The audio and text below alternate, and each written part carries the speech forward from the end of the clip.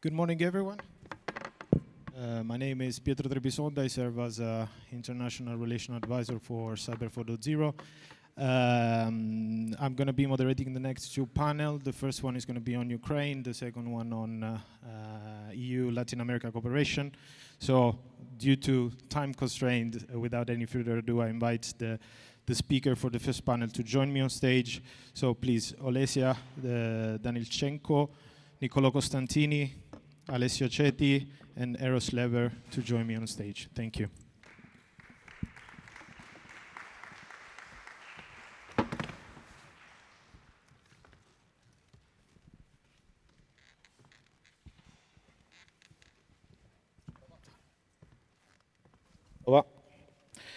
Okay, here we go.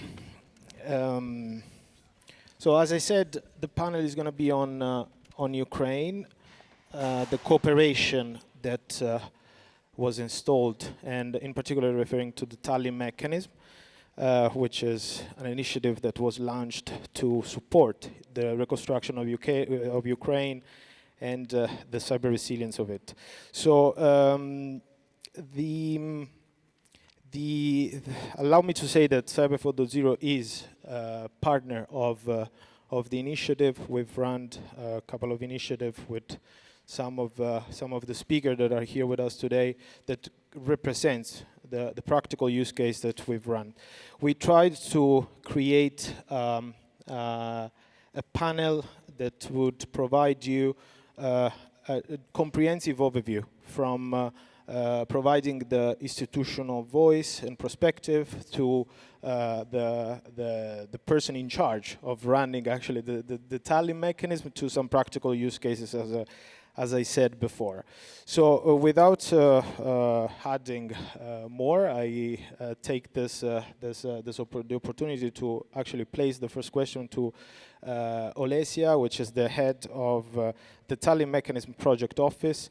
And my question is simple. Can you help us, first of all, understand the framework and the context within the initiative was launched, structured, and is being carried on? We do have some slide, by the way, so if you can please to the regia. Yeah, in the meantime, we can just proceed. So, is it working? Okay, here we go. Buongiorno a tutti, grazie per invitarmi.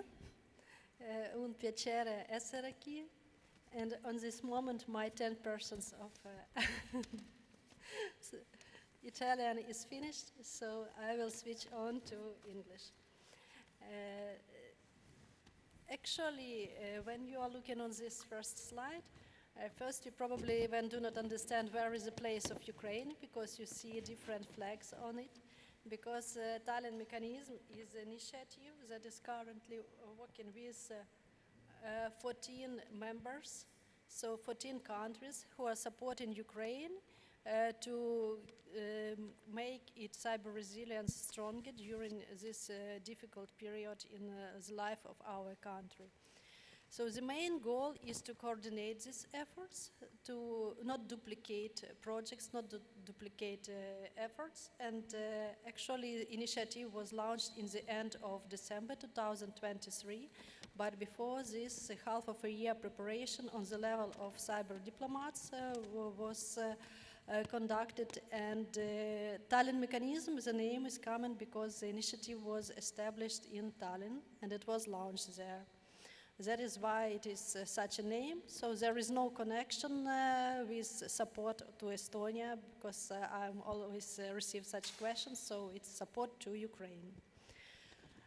How it is operating?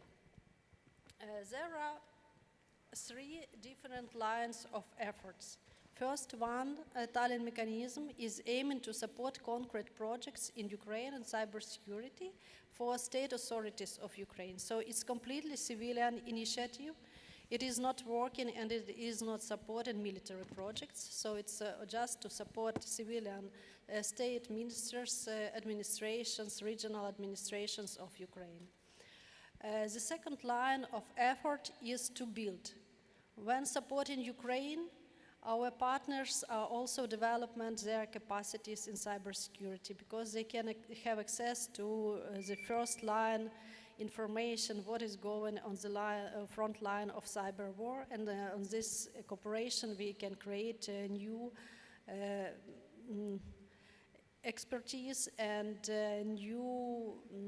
and make countries more cyber resilient. And the third one is line of effort is to make this sustainable. So it is not an initiative that was created just for a short period of time, just for wartime. It's an initiative that is aiming to help move Ukraine to Euro integration as well, because a lot of projects we are conducting together with European countries.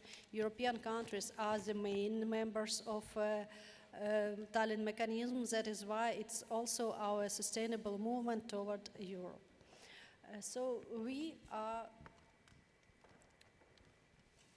based on the main principle. The Tallinn Mechanism is not discussing any questions about Ukraine without Ukraine. That means that all the priorities of the projects that are in the scope of Tallinn Mechanism, they firstly are discussed by Ukrainian stakeholders, as just after that the projects became available for donors. Donors under Tallinn Mechanism are ministers of foreign affairs, and in Ukraine they are working via their trusted implementing partners. One of a good example of our cooperation is Italy. Italy joined Tallinn Mechanism not from the very beginning, it's in a year after it was created, but became one of the most active partners, and actually now they are supporting Tallinn Mechanism project office that was created a year ago in Ukraine to manage all the coordination under Tallinn Mechanism. In Tallinn Mechanism, it is organized such a way that coordinated meetings with all the donors are organized twice per year, and in periods between these meetings, different countries are leading initiative. Currently, the leading nation is United Kingdom, but 1st of July, this leading role is coming again to Italy. And that is the reason why I'm here and why we are discussing today this question. Because next half of a year, Italy is a leading nation under Tallinn Mechanism, and it's a good opportunity for us to work and to implement even more projects, despite all of them that already have been implemented and supported by Italy in Ukraine. Thank you so much. I would actually make a round of applause for this, because that's an important information. Thank you so much. So this is naturally brings me to, that's the perfect assist. So thank you so much, Olesia, for that, because the natural link for that is actually to then pass the floor to Mr. Costantini, which is head of Office 6 of the Ministry of Foreign Affairs and International Cooperation on cyber diplomacy. My question here is, why is it relevant for institution to be involved in such an initiative, given what Olesia said? Well, good afternoon, everyone. Thank you, Pietro. First of all, let me thank Cyber 4.0 for kindly inviting me to attend this beautiful forum. It's my second time. In 2024, we were maybe not the last one. We wish not the last one. Absolutely not. This year we are in this prestigious church hall, and so thank you also for making me discover the beautiful environments of Lewis University. And I have to say that we also feel a bit of pressure speaking in front of the altar of the church. I don't know if students have examinations here as well. No, not really. That must be scary. And I'm really happy to participate in a session dedicated to Ukraine, which is a top priority for Italy's foreign policy, including cybersecurity. In 2024, Prime Minister Meloni visited Kiev, which was 2 years after the Russian invasion of Ukraine, and she signed a memorandum of understanding for the cooperation in the field of security with Ukraine, with President Zelensky. And that MOU includes cybersecurity among the many domains of cooperation. And that's very remarkable because it creates the framework of Italy's cooperation with Ukraine in the cyber domain. And against that framework, as Olesia remembered, in 2024, Italy joined the Tallinn Mechanism because we see it as a very useful tool to coordinate the many projects, the many activities that the international community is carrying out to support Ukraine's resilience and cybersecurity and defense. And since then, we have been contributing actively to the works of the Tallinn Mechanism. And last year, you might remember that Italy hosted the Ukraine Recovery Conference, so almost 1 year ago, it was July 2025. And in the margins of the URC, Foreign Minister Tajani signed a declaration of intent with his Ukrainian counterpart, Mr. Sibiha. And it's a declaration of intent stressing the importance of our bilateral cooperation in the field of particularly cybersecurity capacity building. So that's a strong framework for our activities to support Ukraine. And because we, together with our partners, we are very much convinced that supporting and contributing to Ukraine's cyber resilience, we are contributing to the security and the resilience of the entire Europe and beyond, because that's not something limited to the borders of Ukraine. So with this endeavor, as Olesia kindly remembered, in a few weeks, Italy will take up the chairship of the Tallinn Mechanism for 6 months until December of this year. It's a great honor.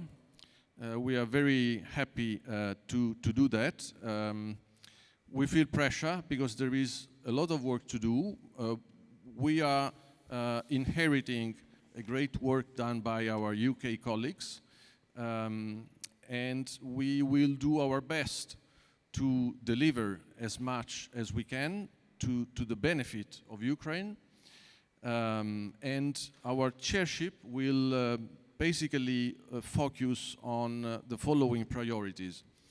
The first one is about the catalogs. There are two catalogs. One is for the governments of the countries that participate in the Tallinn Mechanism and through which we can see the needs of the Ukrainian authorities. And then there is another portal, better than catalog, for companies where the Ukrainian government publishes all of the tenders companies might be interested in. So our first priority is to make sure that both portals are well functioning, that are properly used, because that's necessary, obviously, for an effective delivery of the projects for Ukraine. A second priority is about local entities, because you have to consider that many projects do not regard only the Ukrainian central authorities, which are certainly pivotal in framing all of the policies and regulations in Ukraine. But we also have to consider local entities, so the regional administrations, which are the backbone of the country, not only in Ukraine, but also in Italy, everywhere else. And sometimes they're also the most vulnerable entities, because they might, as it happens in Italy, because they might lack some tools to defend themselves against the Russian aggressions. So we are very much committed to working with the local authorities, and for example, that is why in 2025, Italy contributed with 900,000 euros in favor of the Ternopil regional administration to support the ICT infrastructure of the Ternopil regional administration. And we also contributed to Tempo, to the Tallinn Mechanism project office, with 100,000 euros. So in 2025, Italy's total contribution amounted to 1 million euros. And this year, we're already in contact with other Ukrainian authorities, also at local level, to do the same. Another priority, and that's, I have to say, not only for Ukraine, but for everything when it comes to cybersecurity, is public-private partnership. So we really want to engage more with companies in the Tallinn Mechanism, because governments do much, but without an active contribution of companies, they can't be always successful. And the final point, the final priority, is about the membership of the Tallinn Mechanism. So we are willing to explore the possibility to expand the membership of the mechanism, which over the past few years has enjoyed great outreach activities. So we want to see if there are other countries interested in joining and contributing to Ukraine's cyber resilience. Thank you so much. Thank you so much, Mr. Costantini. Thanks for this very accurate and insightful contribution. So, some characteristic of the Tallinn Mechanism were described, and I take the opportunity to go back to Olesia with this question.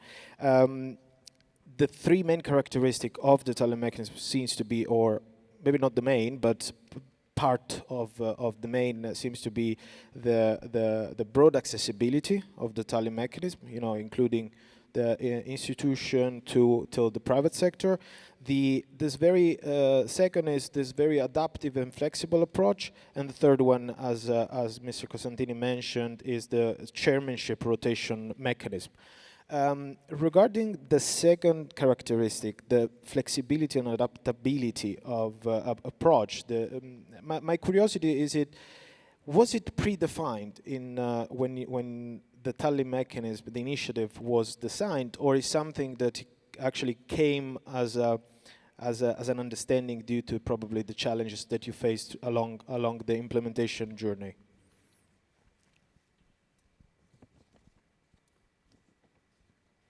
Actually, as you may understand, Tallinn Mechanism was an initiative created by diplomats, and it was created on the diplomatic level. And the initial idea was to demonstrate this support to Ukraine publicly. So it was a completely strategic initiative. And as you may know, working in this area of cybersecurity, how it is not easy to move from strategy to the operational level. And that was an issue that was facing Tallinn Mechanism a year ago. And that is actually a reason why Tallinn Mechanism Project Office was created. So this creation of Tallinn Mechanism Project Office based in Ukraine is exactly an example of this flexibility. It was not initially like background of the Tallinn Mechanism, but it was a way that was found to make this initiative really operational. And this flexibility of Tallinn Mechanism Project Office is also aligned with how it is coordinated internally in Ukraine, because we are not the part of any state authorities that are among main stakeholders of Tallinn Mechanism, but we are coordinated by fifths of them, so our main cybersecurity agencies, as well as Ministry of Foreign Affairs and Ministry of Digital Transformation. And due to this position, we are able to coordinate with all of them and to take into our work all the priorities that are delivered by them to come from the strategy, from the level of National Cybersecurity Coordination Center to the operational level of Ministry of Digital Transformation, for example. So it's really a new approach that could be, when it demonstrated its result, that could be duplicated to other countries and to share experience how it could be organized for such global initiatives. Thank you, which is also like link with the inclusivity. I mean, when the chairmanship, when the presidency changes, then every country can provide its own contribution to that in order to make the overall initiative better and better. So building on the third characteristic of that came as our first two panelists' contribution, another characteristic is what you mentioned, Mr. Costantini, as a priority for the Italian chairmanship. Which is the public-private partnership. And building on this, we decided to include in the panel discussion two practical examples. So given the time, I would make it bit dynamic, okay? Asking both of you a single question: which was your experience within the Tallinn Mechanism? Because they are very diverse. One is more technical, the other one is more is a bit different. So please, Alessio, I give the floor to you to just tell us a little bit about the experience of HWG Sababa and how what were the lessons learned throughout the participation to the initiative. Sure, Pietro. First of all, thank you, You're and welcome. thank you all the Cyber 4.0 for inviting us here. So, actually, yes, last year we had an experience together with you, actually, contributing, participating into the project. We basically provided some OT cybersecurity practical training, so with labs, not so many slides, but a lot of interaction. To the Ukrainian critical infrastructure, especially in energy generation and distribution. Why was important for us? First of all, okay, we are obviously a private company, so we need to make ourselves sustainable. And exactly. Sorry for jumping in and interrupting it. This is one of the most interesting part. Like, what's behind the business reason? What is the motivation that would push a company like yours to participate in such initiative? First of all, we are proudly Italian and European, and there are some jobs that makes us proud. For example, we contribute to the resilience of the country in helping critical infrastructures in Italy already. And when we heard that there will be a possibility to support a country that is currently under aggression, for sure we actively reach out to you and other institutions to try to give our small contribution. I think it's very important for us as a company and this individual. That's one of the points. But then also, this gives us the opportunity to work, obviously, in an international environment, and this is a value for our people that work at our company, exposed us to advanced threats, because when we work with the colleagues from Ukraine, we found very skilled cybersecurity experts. We just basically closed some gaps in some advanced OT cybersecurity scenarios, and it was not a one-way lesson, but very often it was becoming a good brainstorming and confrontation. Why? Because in Ukraine now they are exposed, and 1 minute and I will terminate, exposed to advanced cyber threat, new techniques, new tactics, new processes. The aggressors, the Russians are very, strong in the cyber attacks. And meanwhile, geographically, there are a few thousand kilometers that separate us from the Ukrainian territory. If you think about the cyber domain, if you look at the, at the digital substation to distribute energy in Italy and in Ukraine, the infrastructure are very much the same. So getting to understand more about how these attacks works can help also us in protecting better the Italian critical infrastructure. So it was an experience where all the people involved on all the sides had to learn something, and this was really insightful for us. Thank you so much. That's very interesting, actually, because not only for the role that you played in a proactive way to engage with the center, but also I think the initiative itself enriches also like what you do on a daily basis. So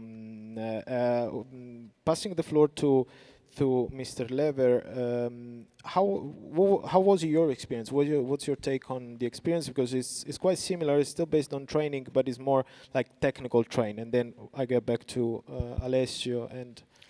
Yeah. So I second what has been said earlier. So the experience was really interesting in the sense that we managed to interact directly with people responsible for critical infrastructures in Ukraine. And I believe that is a challenge not only for the fact of there is a war going on, but having to interact with different people managing different infrastructures, different backgrounds, and so finding a common ground to interact with people is not always easy, also considering the language barrier. So most of Italians do not actually speak English Likewise, some Ukrainians are not used to speak or understand English. So a first challenge was the necessity to have a live translation of the course. Were you able to break those barriers down? Like, how was the overall experience at the end? Because So- from what Alessio said, it seems to be that you had like a very good experience at the end of. So I was wondering if for you it was the same, regardless Yes. the challenges Yes, that you yes. faced. So, and at the end, I believe we managed to teach not only, let's say, the basic concepts, but also explain technical details of technologies and protocols behind, let's say, networking and more generally both the defense, but as well the attack techniques that are used on blue teaming on one side and red teaming on the other side. So we have 20 plus years experience mostly on the offensive side, speaking on behalf of Secure Network, but within the BVTech group we also have very strong experience in the defensive side. So we managed to combine all these together and merging the two things, showing how the offensive knowledge can be leveraged to knowing what you are facing, you are able to defend against it. So you have to think like an adversary in order to understand what the attack surface is, the different paths that can be taken by an adversary. Yeah, you thank you so much for the contribution. Like the very interesting thing is like the mentioning of the red teaming, which, from my understanding, is given the fact that cybersecurity is widely recognized as a national cybersecurity matter, the inclusion of red teaming training for within the context of the Tallinn Mechanism is actually a sign not only of a knowledge sharing, simulation attack techniques, but maybe it's something that we should consider in a broader way, in an extended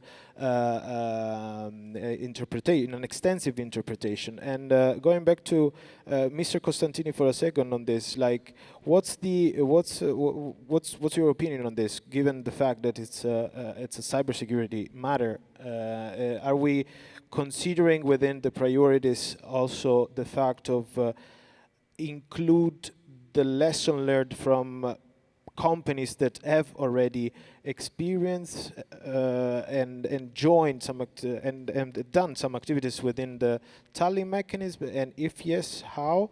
And then we conclude with Alessio for some final consideration. That's more than one question, actually. It's more like consideration, let's say. Of course, the answer is yes. As I said before, one of our priorities for our chairship is public-private partnership. That means many things, many actions, not only involving companies into the activities of the Tallinn Mechanism, meaning that we are willing to make sure that all companies are aware of the opportunities within the TM, but also we need feedbacks from them. We need information from them about the implementation of the project, about the possible difficulties, because that's what the chairship has to do. So collect all the information and make sure that we can actually deliver effective projects. And I wanted to conclude with one of the keywords for our presidency, actually two. The first one is information sharing, because the more we share information with our Ukrainian friends and with companies, we can be more effective. And the other one is, again, public-private partnership, because if we do not partner together, we risk acting in an uncoordinated way, and that's something we don't want to. And PPP is perfectly embodied by Cyber 4.0, I have to say. Thank you so much. So Alessio, any final consideration, and then we can close the panel with an hashtag word from every one of us. And it's just maybe one final Yes, as well. one final consideration is that, yes, in providing the feedback, so I'm a strong, I would say, fan of collaboration, I would say public and private, but also when addressing complex cybersecurity needs between pool of private companies that we are not competitors anymore, but we complete each other to do this kind of projects.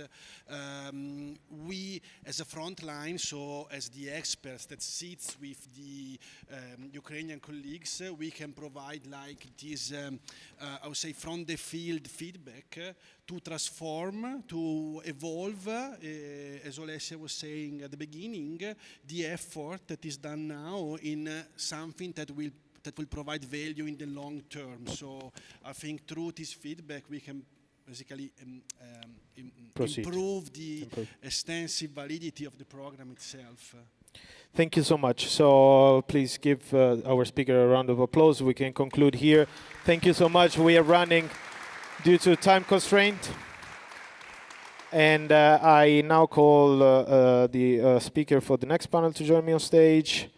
Lina Areng, Francesco Lippolis, and Viviana Wagner. Thank you so much.